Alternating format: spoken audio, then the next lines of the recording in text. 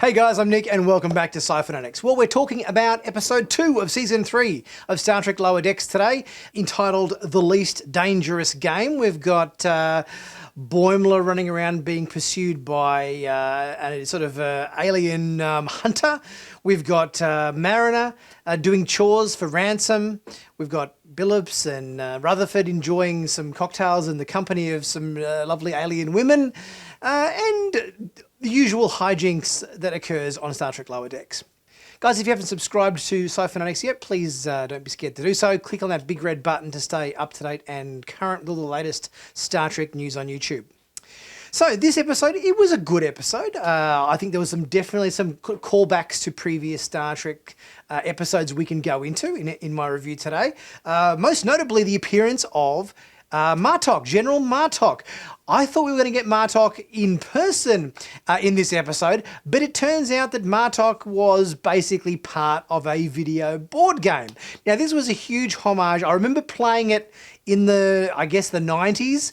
There was a board game that came out. It had a Klingon warrior played by the same actor who played Gowron. The character in the game wasn't Gowron. It was called some other Klingon, but it was shot on board the bridge of the Enterprise D. He'd kind of stolen the Enterprise D, and there was all this kind of Klingon stuff going on. And it was called, I can't remember, I think it was called like the Star Trek Interactive Video Board Game or something to that effect, with this Klingon character played by Robert O'Reilly as its lead character.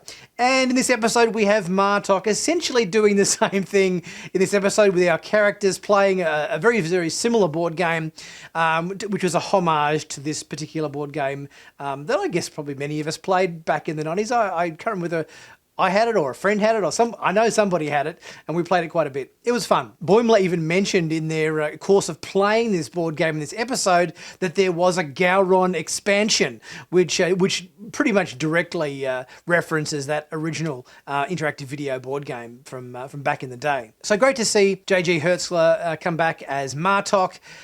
Even if it wasn't sort of interacting with our characters directly, it was in the context of this video board game.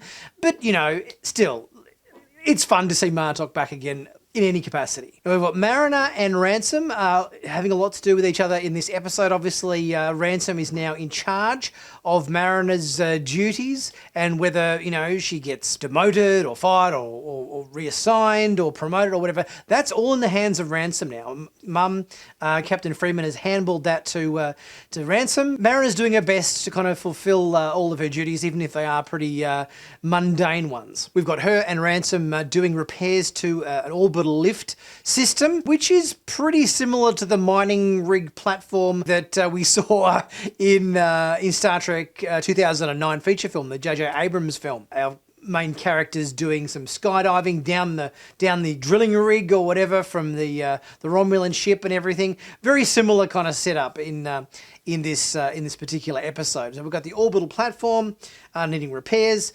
Phillips and Rutherford, rather than doing the repairs, are down on the planet being schmoozed by lovely alien ladies with, as I think Ransom put it, with slightly different nose ridges. And I think these aliens, which had orange skin and white hair, remind me a lot of the Children of Val from the TOS episode The Apple, particularly when one of the things they worship is a volcano god. We had Boimler in this episode going out of his way to pretty much say yes to everything. He kind of found out that saying no to things isn't getting him anywhere because other, officers like our Bolian friend, Mr. Vindome, has been promoted to captain, and he's kind of thinking, well, he didn't do anything, he just fell ass backwards into being captain. And Tenny pointed out that he just never said no to anything. So Boimler's going to give this a shot. It kind of reminded me a little bit of that philosophy in Seinfeld where George Costanza basically did the opposite of everything he normally did because he figured his life choices never got him anywhere. So he decided to choose the opposite of what he would normally do, which is kind of the same philosophy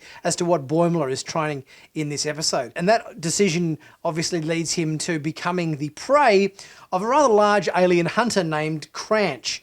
Cranch, played by Nolan North, a very famous voice actor who most notably has done the voice for Nathan Drake in the Uncharted series, amongst umpteen other voice roles as well. Cranch is on the hunt for Boimler in a reminiscent kind of sequence that's sort of a little bit inspired by Tosk, the episode on DS9 where we had Tosk, who was being hunted by a bunch of aliens and stuff from the the Gamma Quadrant or whatever, and he was on the run. So it's a little bit Tosk inspired, a little bit Predator inspired maybe, with all the different weapons and boomerangs and devices and everything that Cranch had at his disposal as a hunter. There was a sort of a little bit of a Predator-esque technique going on there with him. It was a bit of fun, particularly with, Boimler running and Cranch pursuing, and then obviously at the end he gets speared through the shoulder.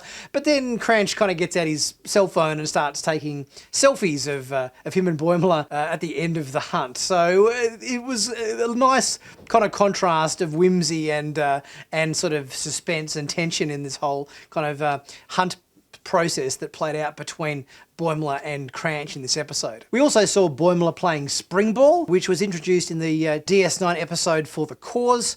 I think it was a very popular Bajoran racket sport, if I remember correctly. So good to see Springball back again. And then we get Boimler participating in like a dirge choir and a few other things that were just sort of like very out of character for him.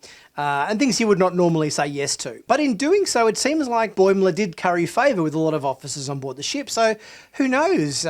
We might be seeing a promotion in Boimler's near future, perhaps. And we also had Phillips and Rutherford down on the planet being, pursued by the locals, having maybe not exposed their belly buttons when they should have, or there was some sort of belly button etiquette that was broken by them on the planet. And they ended up about to be sacrificed to either the volcano god or the telepathic baby or the sentient AI computer. We didn't get the sentient AI computer in the form of Jeffrey Combs' character like we did last season. Different sentient AI computer. There's obviously a lot of these sentient AI computers about. Telepathic baby thing kind of reminded me a little bit of Quato, I think it was, from Total Recall, the guy that had the telepathic baby kind of character growing out of his stomach or whatever. Not to mention the short-statured alien that ended up being behind things in, I think it was the Corbomite maneuver, I think, from memory. Little small childlike character behind the events of that episode as well. And it seems like Boimler's definitely on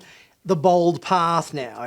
We will see whether this actually gets him, further down the road of promotion in future episodes. Guys, for the next few days until the 4th of September, merch sale store, 15% off all my t-shirt designs and everything. I've been working really hard over the course of the last month to put a whole lot of new designs in the store, so be sure to check out the link in the description, or you can click up here as well, and that'll show you all the new designs and everything that's available in the merch store. There's some really good ones in there. I'm quite happy with some of the ones I've done, so be sure to check that out. Pick yourself up a bargain, 15% off at the moment, and it helps support the channel at the same time.